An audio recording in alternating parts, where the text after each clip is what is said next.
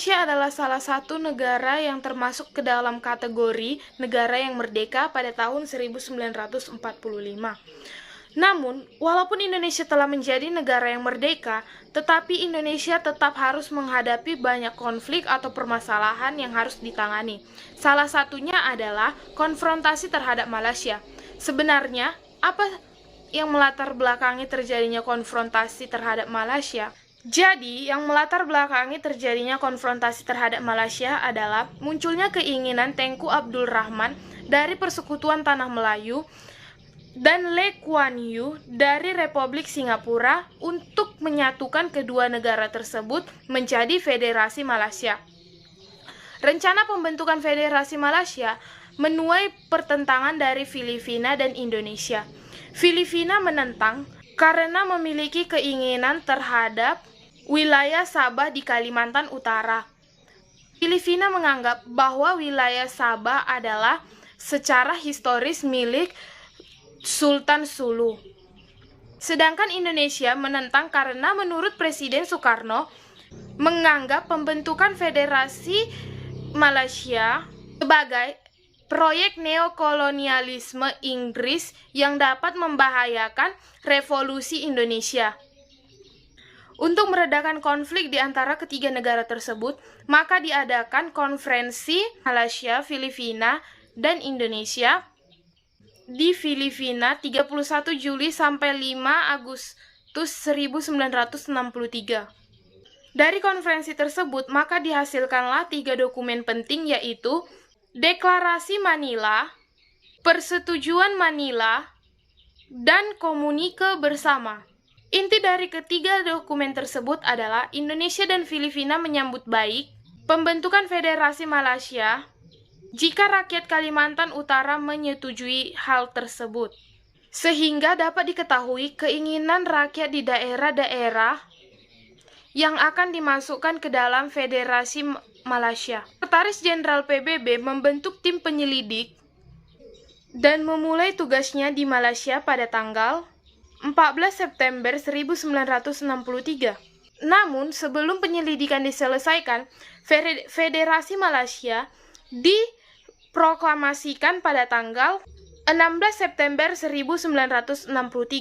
Pemerintah Republik Indonesia menganggap bahwa Malaysia telah melanggar Komunike Bersama Manila, yang menyatakan bahwa penyelidikan kehendak rakyat Sabah dan Sarawak harus dilaksanakan sebelum Federasi Malaysia diproklamasikan. Aksi-aksi demonstrasi menentang terjadi di Jakarta, yang dibalas pula dengan aksi-aksi demonstrasi besar terhadap kedaulatan Republik Indonesia di Kuala Lumpur. Pada tanggal 17 September 1963, Indonesia memutuskan hubungan diplomatik dengan Malaysia. Pemerintah Republik Indonesia memutuskan pula hubungan ekonomi dengan Malaya, Singapura, Sarawak, dan Sabah. Pemerintah Amerika Serikat, Jepang, dan Thailand berusaha melakukan penyelesaian terhadap masalah 3 negara tersebut. Namun, Federasi Malaysia, Tengku Abdul Rahman tidak menghadiri forum pertemuan 3 negara. Upaya lain adalah melakukan pertemuan menteri-menteri luar negeri 3 negara tersebut, antara lain Indonesia, Malaysia, dan Filipina di Bangkok. Namun diplomasi mengalami kemacetan pada tanggal 3 Mei 1964. Tengah berlangsungnya konfrontasi Malaysia-Indonesia, Malaysia dicalonkan sebagai menjadi anggota tidak tetap Dewan Keamanan PBB. Pemerintah Indonesia mengambil sikap menolak terhadap pencalonan Malaysia tersebut. Ketika tanggal 7 Januari 1965, Malaysia dinyatakan diterima sebagai anggota tidak tetap Dewan Keamanan PBB. Dengan spontan, Presiden Soekarno menyatakan bahwa Indonesia keluar dari PBB.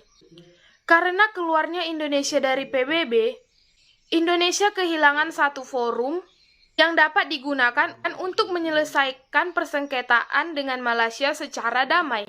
Menjelang akhir 1965, Jenderal Soeharto memegang kekuasaan di Indonesia. Keinginan Indonesia untuk meneruskan perang dengan Malaysia pun menjadi berkurang.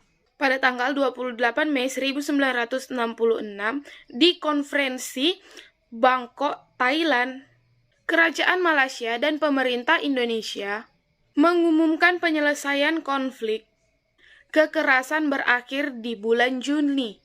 Dan perjanjian perdamaian ditandatangani pada tanggal 11 Agustus 1966, kemudian diresmikan 2 hari setelahnya. Itulah hasil penjelasan saya tentang konfrontasi terhadap Malaysia. Jadi, dapat disimpulkan bahwa sebuah konflik sebaiknya diselesaikan secara damai. Jangan menggunakan kekerasan atau peperangan, karena dengan menggunakan hal tersebut, kita juga akan dirugikan. Dengan melakukan kekerasan, maka akan banyak korban jiwa yang ditimbulkan.